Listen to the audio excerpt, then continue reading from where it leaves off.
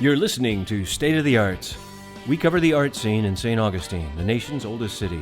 From the people and organizations that create the art to the venues that display it, we cover it all, from artist to venue and everything in between. You're listening to State of the Arts. Hey, welcome back. Thanks for listening. I'm John Beshara, and this is State of the Arts. In this episode, you're going to hear from multimedia artist Corey Michael Smithson, actress and storyteller Margaret Kaler, the president of Art Galleries of St. Augustine, Paul Slava, and his daughter Katherine Slava, portrait artist, and we're going to wrap with musician Sam Shin. First up, our spotlight artist, Corey Michael Smithson. Corey, what is art? Art is a communication between the person who is generating the work and the person who's receiving the work. It can take all sorts of different forms. Anything can really be art as long as it's done with the intention to communicate something or to bring something into the world that didn't exist before.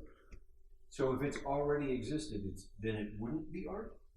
Well, if it already had existed, it had been in existence because of somebody else's hands and somebody else's efforts. The effort that you are making as a creator is very individualized. Like what it is that you in particular are bringing to this conversation, your background, your interest, your skills, your talents, your fears, your hopes, your personality, all of these things that make you an individual person stamp the work with your identity, your feeling, and makes it yours, makes it unique. I think art is very individualized, not only from the creative side, but also from the side of the person perceiving the work. Well, I think a viewer completes the work to some degree. I think the viewer who's receiving the work of art is sort of finishing the sentence. It's like the artist projects a certain amount of energy and maybe a thought or an idea, and then the person who receives it has to sort of actualize it in the world. They take it and they send it outwards from themselves into the world through their interactions with other people, and in the way they move through the world afterwards. If they're changed or affected by the work of art, then the work kind of continues to live on. Can you give me 5 words that describe art the way you see it? Art is very much about perception. An artist is trying to perceive the world, all the glories of the universe, the beauty of the universe, the tragedy of the universe, the light and shadow and balance between. The artist is trying to look at these things first and absorb them and try to make judgments about what they encounter. I think the second word that I would use would be distillation. That an artist will take all of this input and try to distill its essence or find some core quality about these experiences, and shrink it down to something that can then be handed over or transferred. There's an alchemical process that happens with an artist where they experience the world and then yield something different. Turning lead into gold, or turning a pile of cow dung in Mumbai into a beautiful abstract photograph. Whatever it is, whatever the process by which an artist distills the experience. I think the next word I would use would be discipline. That an artist has to make a number of discernments about what to include, what to exclude, what media to convey an idea with, and through practice and through rigor, they will yield a result. And it takes, in the case of a musician, tons and tons of practice. In the case of a photographer, thousands of exposures. In the case of a dancer, a lot of bruised toes. But the idea of applying a discipline of mind, body, and spirit to the creation of an artwork. I think the next word that I would probably use would be mystery. That I think that there's always an element that cannot really be explained about art. There's some quality that we can't quite put our finger on that makes something special. A lot of times when people will ask, what is art? And a common answer you'll hear is, well, I know it when I see it. Well, how do you know it when you see it? And there's the mystery. Like, we don't quite know why it is that we respond to something the way we do. And there's always also the question of where is the source of this creative impulse? Is it divine? Is there some divine spark? People would sometimes talk about this idea of divinity as being that which we cannot explain, this sort of extra quality of something. So I want to emphasize that a big part of art is this mystery of what cannot be quantified or easily explained, but somehow emerges when we look at something, we're stirred by it. So the fifth word that I would use in describing art, I think, would probably be reception. And that's where the audience member comes in. And their responsibility when they come to a work of art is to try to make themselves as porous as possible to absorb all of the information the art is presenting. And then they go through their own kind of alchemical process where they take that data, that just dump of information, be it visual or auditory or conceptual, and they transform it into meaning for themselves. And if they spend time talking about that work of art or describing it to other people, they then transfer the work to somebody else through their interpretation, which is what I was saying earlier about the audience completing the work of art. So that's 5 words, accompanied by a ton of other words. Tell me more about your photography. I have a lot of training in photography. I went to school for it. I work professionally in the photo industry. I have a lot of sort of technical relationships with photography in terms of the process and the output. But when I take photographs, I try to get into the state where I don't even really know what I'm taking a photograph of.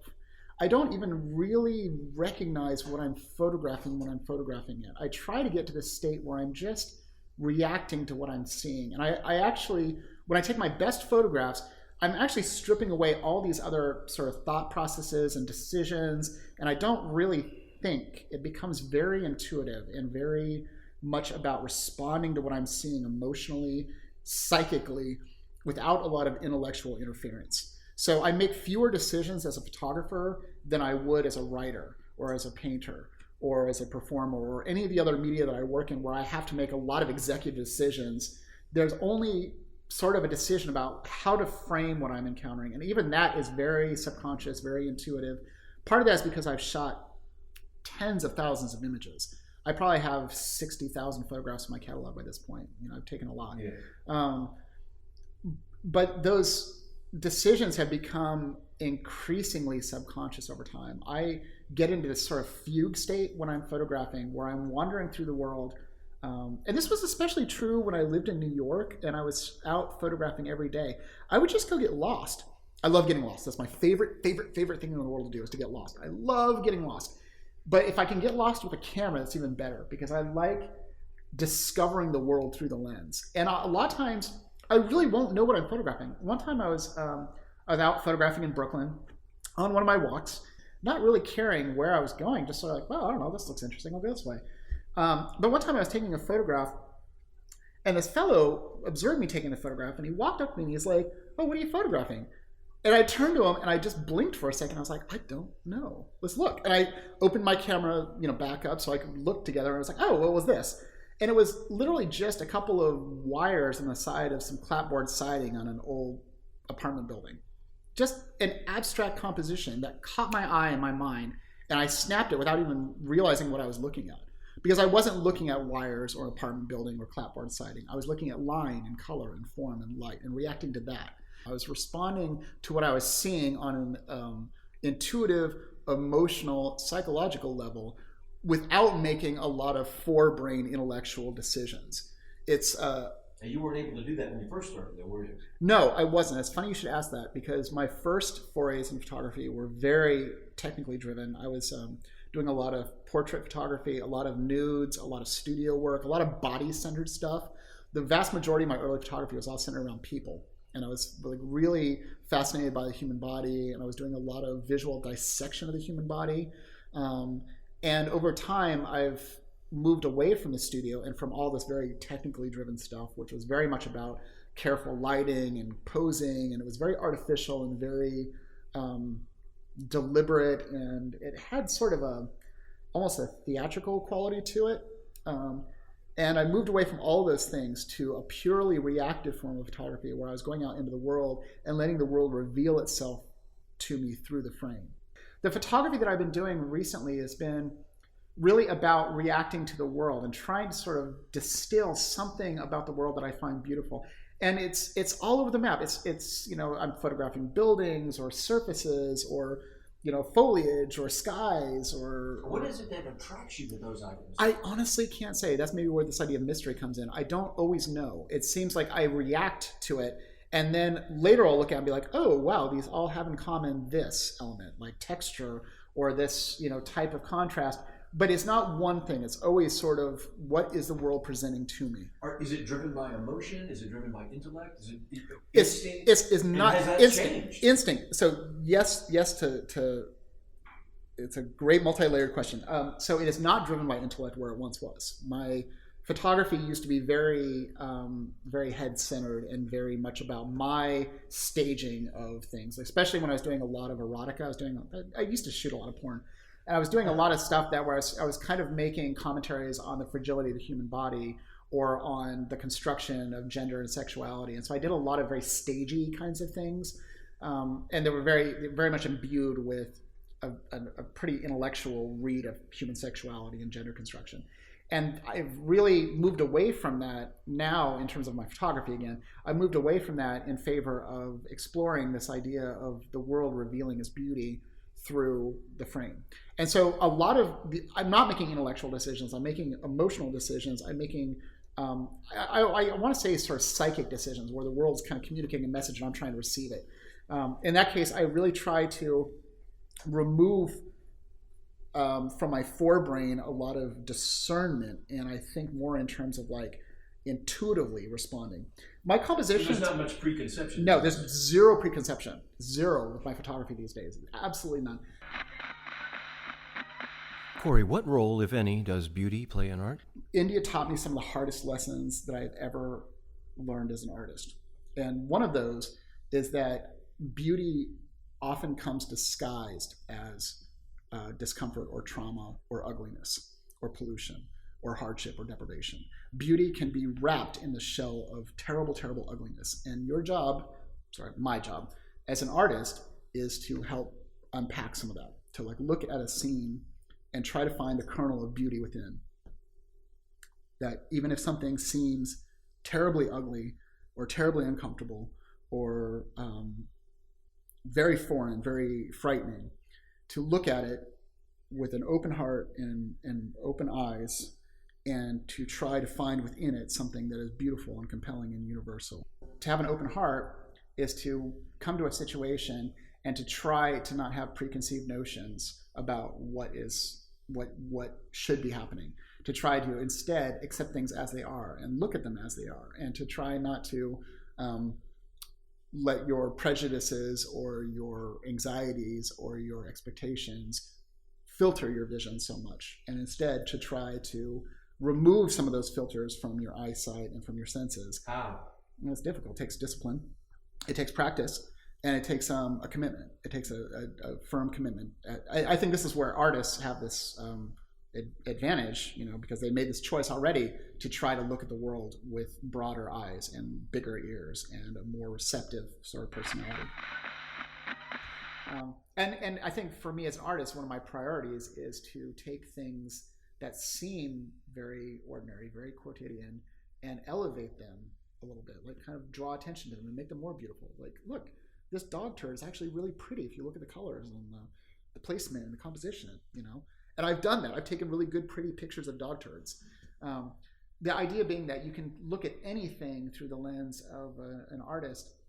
I don't mean that as a pun about photography, but I'm sort of like putting the mindset of an artist to use and encouraging people to look at the everyday world and see how miraculous it is, how glorious it is, how beautiful it is, and draw attention to the beauty of the everyday world. There's so many wonderful things that are happening on every single moment of our life on the planet that we overlook because they seem ordinary or everyday or unremarkable. But when you take the time as an artist to draw attention to something, to frame it, to isolate it, and to maybe magnify or amplify some of its unique qualities, then somebody can look at that and see within it this incredible beauty, this incredible rarity, or I think that there's a gift that artists have of being able to recognize beauty, and I think that's one of the things that maybe separates an artist from somebody who doesn't consider themselves an artist. But at that moment, recognition is enough? Recognition of beauty? Of the beauty, or well, it takes then doing something with it. You got to do something with it, whether you share it through an anecdote or you share it through a painting, whatever. But you're interpreting it. You're taking that moment of beauty, you're recognizing it, you're interpreting it, and you're sharing it. That's the complete art. You recognize the beauty, you interpret it, and you share it, and that in and of itself is art. That's the whole process right there. In a nutshell, that is the entire process by which art is created and shared. Cool. Anything That's else? Corey Michael Smithson. I appreciate it, Corey. Yeah, thank for you. being here, Thanks for letting me talk for so long. Oh, dude, it's great. Have you ever been in a situation where everything goes haywire and you've got to figure out how to get out of it? Oh, no. Well, yes. And now, A Tale of Two Plays by Margaret Kaler. I always thought that this woman did this on purpose. Fortunately, it was comedy, and it was Goldoni, which is an Italian playwright not long after Commedia. So it was kind of exaggerated. And I'm threatening to kill myself on stage. So I have a sword, and I'll kill myself, and this other person's supposed to come on. And she didn't come on. Anything now? I'm pretty sure she did that on purpose. If you're listening, Linda, this is about you. But it was fun because, How did you get out of that? I just pretended a little longer. Just keep going, Or I improvised a little bit, It was fun. It was okay. You got to find a way out. I thought it was pretty funny, though. Yeah, I'm sure worse things have happened, too. But when we were touring Florida, and this was with Major Barbara, with the Oslo, long ago, there was a theater that we were in where we had to go stand outside while the set was changed. And so I had to stand outside, the set was changed, and I just kept standing there. And so the stage manager opened the door, picked me up, and pushed me on stage. What did the people on stage think when you came on? Well, it was time for me to be there. Up next, Katherine Slava and her father Paul. We take up the conversation with me asking Katherine, what is art? Transferring, what I'm thinking into a physical thing.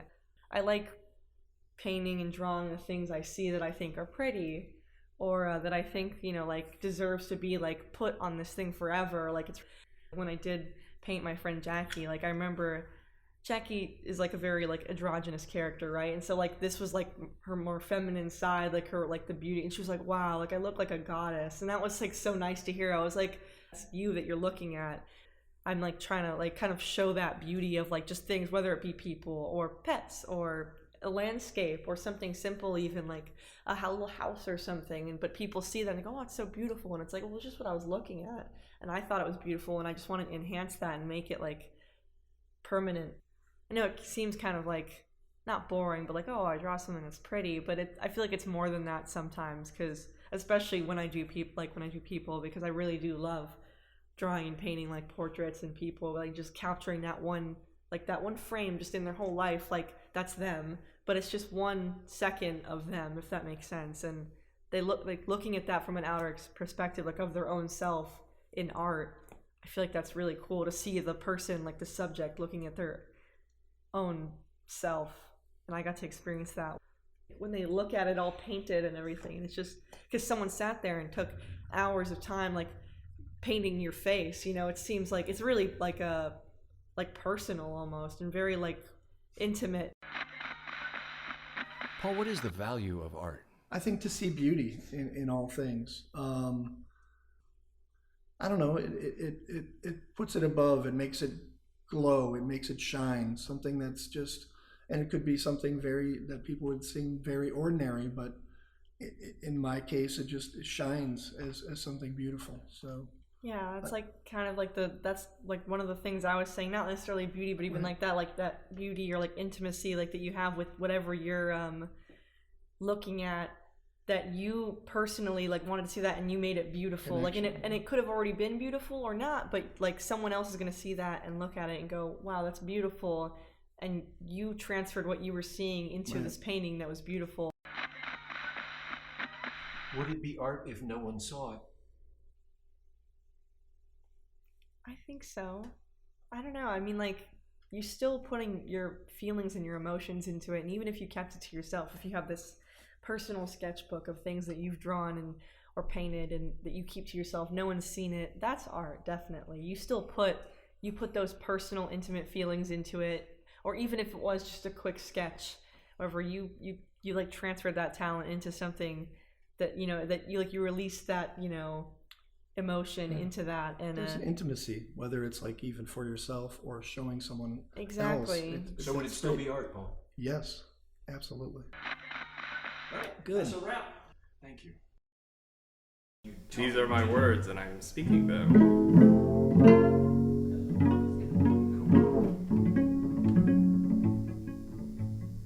And now a glimpse into process through the eyes of musician Sam Shin, who shares his thoughts on improvisation. It feels like it's something that for lack of a better word, like something that I'm channeling, something that is coming through me, that it's more like any amount of time that I'm spending learning about the finer points of the instrument, about musicality, about any of those things. It's more to kind of get out of its way and be able to give it different avenues of expression, like more ways, instead of just like, okay, this one style, this one song, this one piece of music, that kind of thing. So for me, improvisational playing, like playing how I feel in the moment, has been like for me the most freeing, I feel, form of expression of that. I mean, of course, it's like it's not something that happens in a vacuum. Like obviously, whatever musical tidbits that I kind of absorb over the years, or something that I'm thinking of in my head that day may influence it, of course. But it's, yeah, love to play whatever comes. The difference between when you're improving, you said something to the effect that you were channeling. Yeah. Do you feel the same? Do you feel like you're channeling whatever that energy is when you're also doing a piece that's been written? I believe so, but I believe it's, I end up getting caught up in my own head.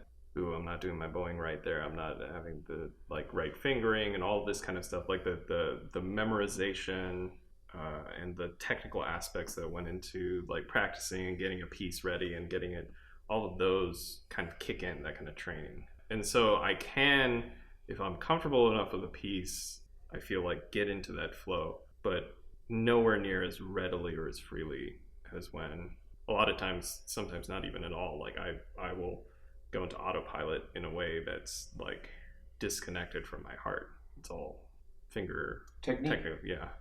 And I never really liked that. And as much as there's so much classical music that's rich with emotion and virtuosity and incredible like music in general, the classical tradition and the ways in which they approached it, like that never really jived with me.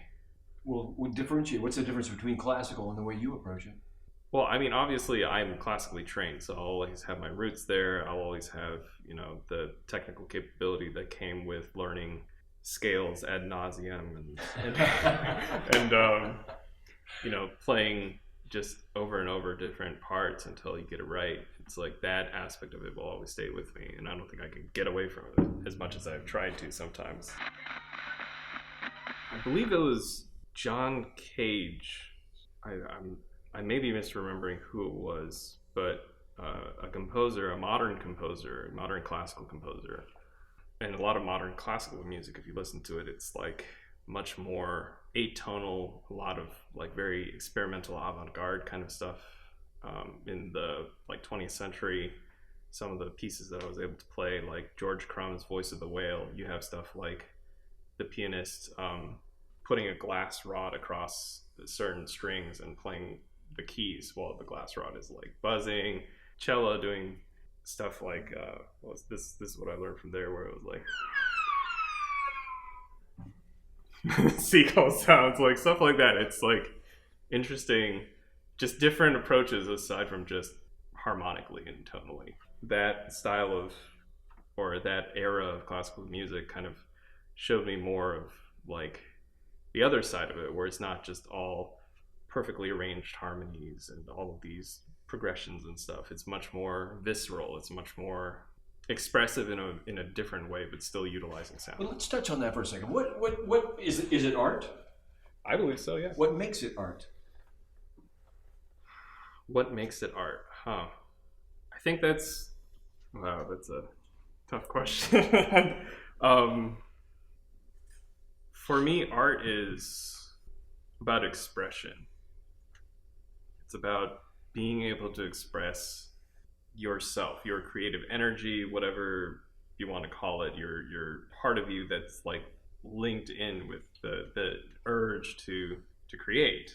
Whether you're using, mediums that have already existed, or whether you're breaking new ground with something completely different. It's like either way, it's the spectrum of expression. It connects with, at the very least, yourself to that, and maybe even to others too. For me, in the experience of art, it's like you may have a piece of music that you've heard 100 different times, played by 100 different people, that one person and the way that they played it one day, it all clicks and it makes sense to you, or it connects to you on a level that you didn't have with it before. When it comes to improvisation too, like that for me is kind of tapping into the a bit more risky of potentially having something utterly uninteresting perhaps to say, but overall just being in that state to connect with that creative energy in a way that feels good for you, I should say for me, and for what I feel is, oftentimes a bare approximation of what it is that I'm feeling, what I want to express. Can anybody be an artist? I think so. I think art, having that moniker of artist or musician or things like that, it's like, it can be a bit restrictive in thinking that you have to achieve something before you can be considered a creator of something, a creative type. I guess I've felt a very strong connection with the cello in general, but I think it's something that can be done regardless of the medium. Like, it can be through dance, through physical art, through even just anything that would be considered a mundane task, or considered something that, like, if you're chopping vegetables all day, or if you're sorting through files all day, like it can become an art, something that you make your own, something that it's a way in which you're able to express even within some of the most seemingly mundane things. I mean, when you think about it, when it comes to music, you only have 12 tones, or if you're in the quarter tone scale, more, but it's like you have a limited number of tones, a limited amount of different ways in which you can arrange them, and you end up having a lot of music where, it may sound very similar to each other, or it sounds like they're just kind of, following the vein of something that was popular, or some things like that, like with pop music for me. How about 5 characteristics that exemplify art? I had this written down in case I forgot in the moment, so let me pull that up. I think we've touched on most of them, but I think it's like, for me, what I would add to, like, feeling connected to what I call it, source, the universe, each other, whatever word you want to put to it, but that feeling of connection and of expression, and of also when it comes to like a performance art, like music is, where it's like you have both the performer and the audience, or like the giver and the receiver. If you don't get that connection, if you don't have that receiver, do you have art? It's hard to separate the two, because even if you don't necessarily have other people around you, you have your own feedback to what it is that you're expressing. So whether it may be something critical, or maybe something you're praising yourself, or whatever else, you're not living within a vacuum in which you're just putting this expression out in space. It's like, in the same way that they discovered that quantum particles, like subatomic particles, we can't passively observe them. The energy is just the act of observing it changes it. And so in the same way, when it comes to art and the expression of art, we can't just say, oh, okay, this is this thing that's going out and that's just how it is. Like you as the purveyor of it, change it. You know, you may be hearing something entirely different in your head and it doesn't come out the way that you want it to. Or even not even just in a negative sense, but it's something that it changes and it morphs and it becomes something entirely different than you thought it would be at the beginning. Or maybe it comes out exactly how you want it to. It's all that, like, those moments of connection that you have, maybe in those instances of isolation like we have now. It's like you're connecting with yourself. You're connecting with whatever it is, that motivation, that drive, that desire, whatever word you want to put on it, but that thing that gives you, dang it, the words just fall right at the end there. It's the, not gives you, but it's, why do you do it?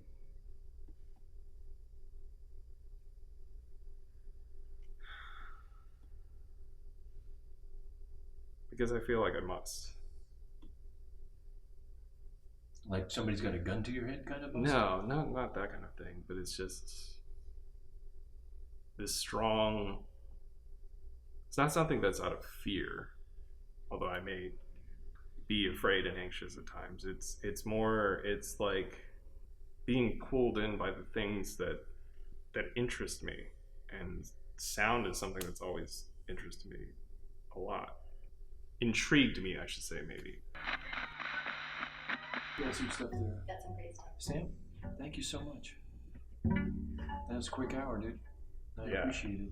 You were absolutely right, man. Like you totally called it when you said that we're just gonna have a conversation and it's just gonna fly right by. We're gonna sit here and bullshit for an hour. Then that's it, man. That wraps up this episode, folks. We'd like to thank everyone who shared their thoughts with us today, and we'd love to hear from you. What do you think? Let us know at risingtideproductions158.com or on our Facebook page, Rising Tide Productions.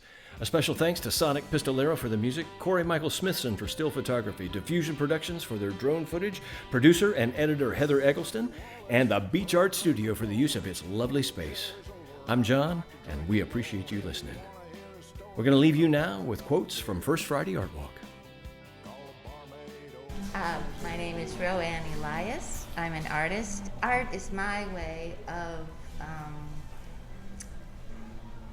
making happy things and passing along my feelings to other people. But art can be many things. It can be a joyful expression of your view of the world, or it can talk about the things we're going through as a country right now. My name is Melody Ruiz-Stimple. Well, tell me, Melody, what is art to you? It's just an explosion of emotion and, visual emotion. How's that? Cool. You have 5 words that would describe art the way you see it? It's always a mystery. It's emotion for the person who receives it. It is an emotion for the person painting it, and interpretation in the personality. Thank you very much. I appreciate it. Yeah. Well, I got a question for you, Fred. Good. What is art? I don't know what art is. It's some sort of human expression on some sort of an abstract level. I don't know what art is.